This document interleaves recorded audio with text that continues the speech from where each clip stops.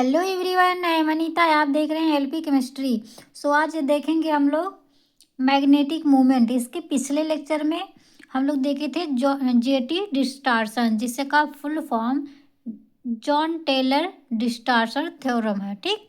इसको हम लोग डिटेल में पढ़े थे कैसे निकाला जाता है, और ये पेपर में काफ़ी इम्पॉर्टेंट भी है। उसमें हमने CFSC कैसे निकाला जाता है इसका भी डिटेल में ही पढ़े थे, और थोड़ा सा मैग्नेटिक मोमेंट देखे थे।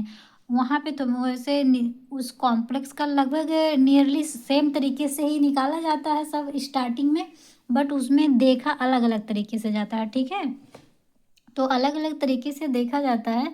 तो वहाँ पे थोड़ा सा बताए थे पिछले लेक्चर में। यहाँ पे थोड़ा सा उसका फार्मूला और डिटेल में पढ़ लेते हैं, क्या मैग्नेटिक मूवमेंट कैसे निकाला जाता है। मैग्नेटिक मूवमेंट निकालने का फार्मूला जो है ये इतना है।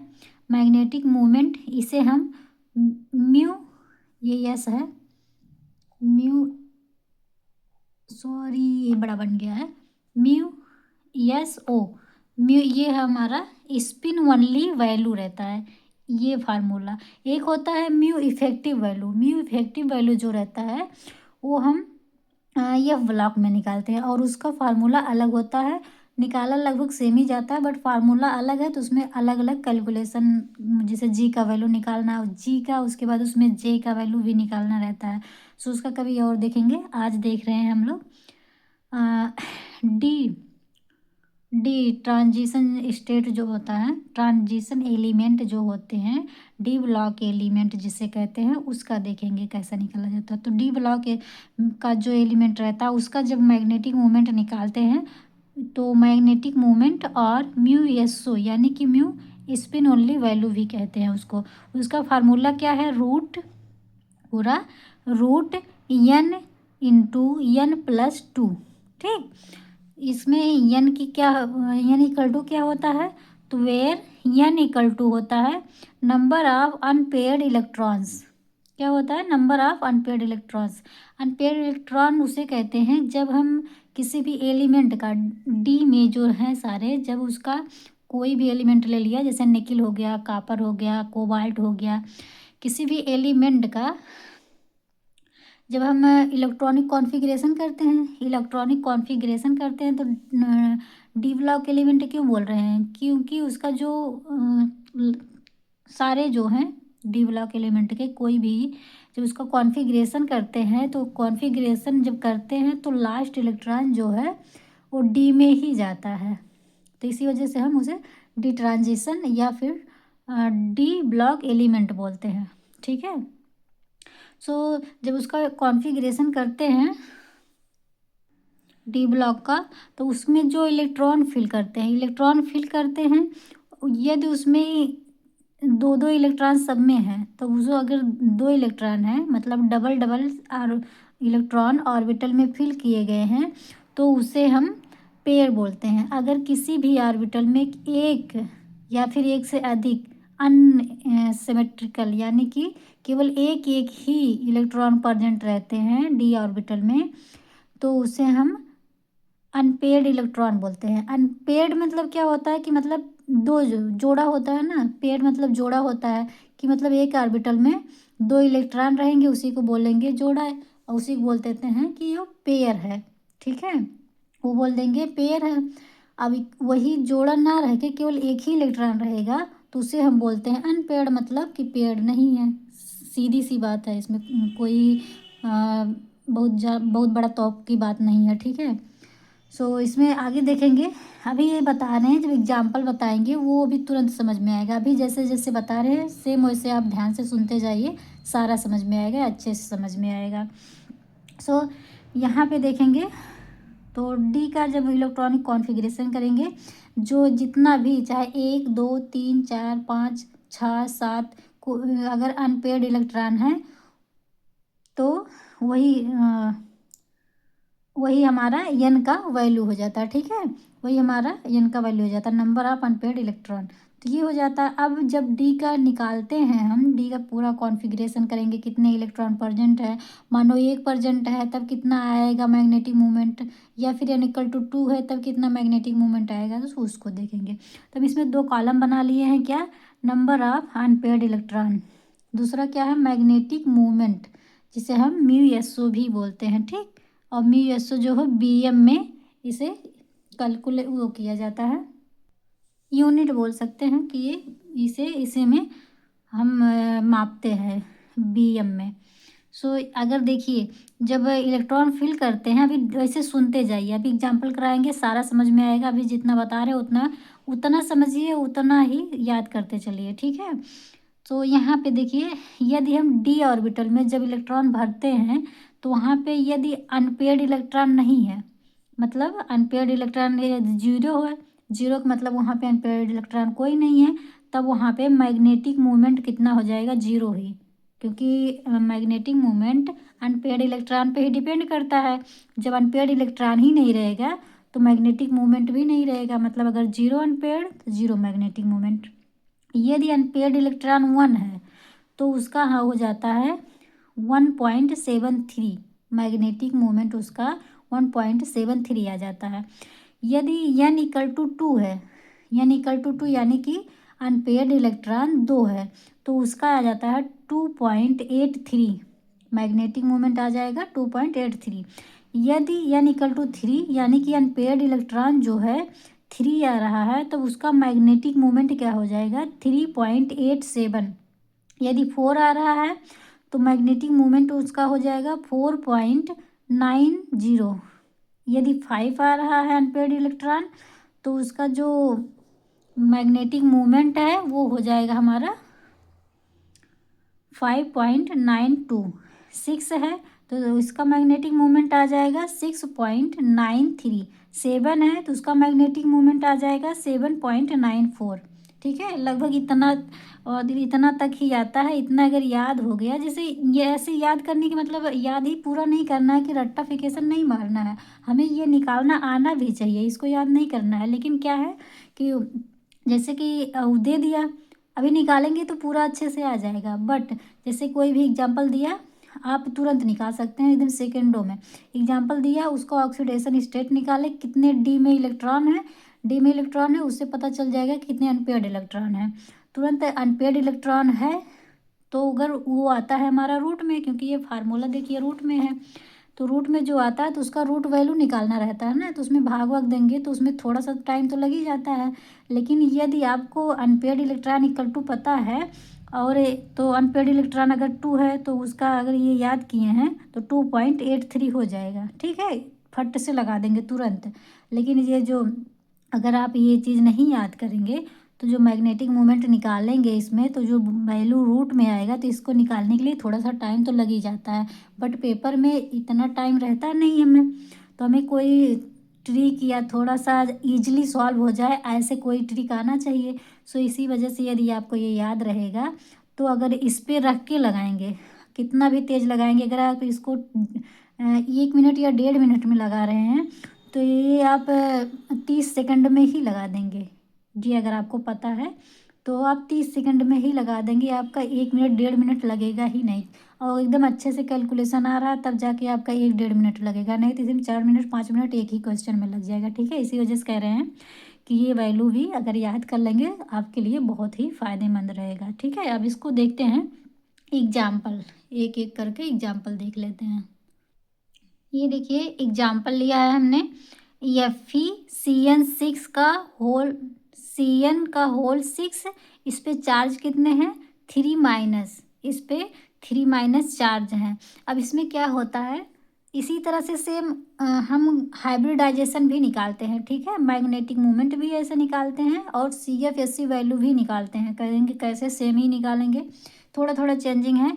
इलेक्ट्रॉन भरना पड़ता है तीनों में, ये निकालना पड़ेगा इसका ऑक्सीडेशन कितना है तीनों में, CFSC, magnetic moment and hybridisation जब निकालेंगे तीनों में यही काम करना है। पहले आपको ऑक्सीडेशन स्टेट निकालना है, फिर उसके बाद हम जो ये मेटल रहेगा, यहाँ पे Fe है तो Fe ले लेते हैं, लेकिन कोई भी मेटल रहेगा फिर उसका हम कॉन्फ़िगरेशन करेंगे। जो पहले कॉन्फ़िगरेशन करते हैं जितना रहता है इसका, जैसे इसका 26 है तो 26 इलेक्ट्रॉन पूरा फिल करेंगे तो उसे बोलते हैं ग्राउंड स्टेट। ऐसे आल में होगा सभी में, तो ये पूरा जब आएगा तो ग्राउंड स्टेट रहेगा। फिर जब हम ये इसका ये जो ऑक्सीडेशन स्टेट आएगा, इसमें थर्ड आया है तो थर्ड लिया है, किसी किसी में सिक्स एंड फोर्थ आएंगे, ओ सॉरी क्या बोल रहे हैं, सेकेंड एंड फोर्थ ऐसे करके भी आ जाएगा। ठीक है, सिक्स भी आता है, ऐसा नहीं है सिक्स नहीं आता, बट अलग अलग मेटल में आते हैं, जैसे प्लेटिनियम ऐसे अदर एलिमेंट्स में आते हैं, जहाँ पे जो मोर स्टेबल रहते हैं उसी में आते हैं, सारे में नहीं आते हैं। ठीक है, एफ वगैरह में +6 बहुत कम ही आता है। सो यहाँ पे सेकंड है, तो ये हमारा पहले जब पूरा 26 जो 26 इसका एटॉमिक नंबर होता है पूरा करेंगे, तब इसका होता है ये ग्राउंड स्टेट। अब ये जो प्लस थर्ड आता है, इसका ये इलेक्ट्रॉन निकालने के बाद प्लस थर्ड मतलब कि 3 इलेक्ट्रॉन इसमें कम हो गए हैं, तो इसमें से 26 में से 3 इलेक्ट्रॉन कम कर देंगे तो कितना बचेगा, 26 में से 3 कम कर देंगे तो हमारा 23 इलेक्ट्रॉन आ जाएगा। अब हम इसको निकालने के बाद 23 इलेक्ट्रॉन का इलेक्ट्रॉनिक कॉन्फ़िगरेशन करेंगे, तब वो हमारा हो जाता है एक्साइटेड स्टेट। ठीक है, निकालने के बाद करेंगे कॉन्फ़िगरेशन तो एक्साइटेड स्टेट हो जाता है। सो अब कहेंगे ये तो इतना ही किया गया है, ये हम केवल लास्ट का जो आउटर मोस्ट इलेक्ट्रॉन होते हैं उसका किए हैं, और वही यूज होता है तो हम केवल उसी का किए हैं, नहीं तो पूरा 26 इलेक्ट्रॉन कैसे भरेंगे। 1s2 2s2 2p6 ये इतना 10 हो जाएगा आपका। फिर 3 से करेंगे 3s2 3p6 and 3p6 3d6। ये 6 क्यों आ रहा है, क्योंकि यहाँ पे 26 इलेक्ट्रॉन है, और इसमें देखिए 3 के पहले 4 यस में भी भरा गया इलेक्ट्रॉन। ये कैसे हो गया, यस में इस वजह से भरा गया है क्योंकि इसकी एनर्जी कम है, किससे, इससे 3d से 4s की एनर्जी कम है, इस वजह से इसमें पहले भरा गया है, इसमें भी इलेक्ट्रॉन आ गया है, और ये रूल आप बाउ ने ही दिया है, तो हम इस वजह से 4s में भी भरेंगे। लेकिन अगर जब हाइब्रिडाइजेशन निकाला जाता है तो ये इतना आएगा 3ds एंड 4s2, चाहे हाइब्रिडाइजेशन हो चाहे CFSC है, ये प्रोसेस आपको करना ही पड़ेगा। ठीक है, तो ये आपने ये इतना कर लिया। अब यहाँ पे देखिए पूरे 26 का था तो लास्ट में यही इतना आता है 3d एंड 4s2, तो इतना आया। अब इसी में से हमें इलेक्ट्रॉन भी निकालना है, ये जो प्लस थर्ड ऑक्सीडेशन आया है इसको निकालना है। अब कैसे, अच्छा एक बात नहीं बताएं, प्लस थर्ड ऑक्सीडेशन निकालें कैसे। ये जो CN है इसके पिछले लेक्चर में हम ऑक्सीडेशन स्टेट डिटेल में पढ़े हैं, जो लोग नहीं देखे वो जाके देख सकते हैं। सो इसमें थोड़ा सा और देख लेते हैं। निकालेंगे, इसका x मान लेंगे और CN का -1 होता है वैल्यू, और यहाँ पे 6 है, ये एक CN का -1 होता है तो 6 का उसमें मल्टीप्लाई करा देंगे, 6 का 6 आ जाएगा और -6 आएगा क्योंकि इसका -1 है तो -6 आ गया। और ये 3 है, क्या कौन सा माइनस में है तो इक्वल टू यहाँ पे -3 हो जाता है, इधर आ जाएगा x -6। माइनस क्यों आया है, क्योंकि इसकी वैल्यू माइनस होता है, तो -6 को इधर करेंगे तो यहाँ पर हो जाएगा +6, +6 में से थर्ड को घटाएंगे, यही इतना घटा देंगे तो आ जाएगा हमारा +3, यही हो जाता है हमारा ऑक्सीडेशन स्टेट। ठीक, ऐसे ही निकलता है ऑक्सीडेशन स्टेट। फिर इसको यहाँ से घटाएंगे, अब इसी में से निकालेंगे ये थर्ड 3 ऑक्सीजन, पहले तो इसमें से निकलेगा 2 इलेक्ट्रॉन, एस से निकल गया, अभी भी 1 इलेक्ट्रॉन निकालना है तो हम 6d में से निकाल देंगे, इस 6 से 1 निकाल देंगे तो यहाँ पे 5 बचेगा, मतलब 3 निकालेंगे तो केवल d5 बचेगा, जैसे कि यहाँ पे आप देख सकते हैं, क्योंकि ये थर्ड इलेक्ट्रॉन निकाला तो 3d5 आया है। ठीक, फिर आगे देखेंगे, देखिए अब इसका क्या करेंगे, इलेक्ट्रॉन अब फिल कर देंगे। अब किसका फिल कर रहे हैं, निकालने के बाद का फिल कर रहे हैं, ठीक है, इसका नहीं कर रहे हैं। अभी 5 है, 5 है, अब d ऑर्बिटल में भरा जाएगा तो पहले हम इसका d का ऑर्बिटल बना लेंगे पूरा। d में 5 ऑर्बिटल होते हैं तो हमने 5 बनाया, 1 2 3 4 5, 5 ऑर्बिटल बनाए, और 5 ही इलेक्ट्रॉन है, पाँचों में अब एक एक इलेक्ट्रॉन करके हम भर दिए 5 इलेक्ट्रॉन। ठीक है, अब देखिए ये जो CN है, CN स्ट्रॉन्ग फील्ड लिगेंड है, स्ट्रॉन्ग और वीक का भी एक वीडियो बना देंगे, वैसे थोड़ा सा तो बताए ही हैं, और हाइब्रिडाइजेशन पढ़ाए हैं उसमें भी बताए हैं ये स्ट्रॉन्ग और वीक का केस। सो इसमें ये जो CN है ये ऑलवेज स्ट्रॉन्ग ही रहता है, स्ट्रॉन्ग फील्ड रहता है। और स्ट्रॉन्ग फील्ड लिगेंड जो रहते हैं, अगर वो लिगेंड बनाते हैं किसी के साथ, तो जो इलेक्ट्रॉन भरा जाता है वो पेयर हो जाता है। पेयर मतलब डबल कर देते हैं। अभी जस्ट हम इसके पहले बता चुके हैं ना, तो इसी का हम पेयर कर देंगे, मतलब डबल कर देंगे, उसी को पेयर बोला जाता है केमिस्ट्री में। सो यहाँ पे 5 है, CN की वजह से पेयर हो जाएगा। तो पेयरिंग कितना होगा, पहले इसको यहाँ पे कर देंगे तो मतलब ये पेयर हो जाएगा। तो अभी भी 2 इलेक्ट्रॉन अनसिमेट्रिकल यानी कि अनपेयर्ड हैं, तो इसको तो यहाँ किए, फिर अब की बार इसको यहाँ कर देते हैं, तो फिर यहाँ पे भी पेयर हो जाएगा। जैसे कि यहाँ पे भी पेयर, यहाँ पे भी पेयर। अब यहाँ पे अकेले हैं, ये दोनों तो उठ के यहाँ पे आ गए हैं, तो ये अकेले, अब तो ये तो कहीं पे जाएगा नहीं पेयर होने के लिए, ये सिंगल ही रहेगा। तब मतलब कि यहाँ पे एक अनपेयर्ड इलेक्ट्रॉन बचा है। हम क्या निकाल रहे हैं, मैग्नेटिक मोमेंट निकाल रहे हैं ना। तो यहाँ से हमें अभी पता चल जाएगा कि मैग्नेटिक मोमेंट कैसे निकालते हैं। सो अब देखिए यहाँ पे अनपेयर्ड इलेक्ट्रॉन है एक, जैसे कि अभी हमने बताया था ना कि अगर अनपेयर्ड इलेक्ट्रॉन एक है, जो उसी को हम एन की वैल्यू मानते हैं। 1 है, 2 है, 3 है, उसी वही एन का वैल्यू रहता है।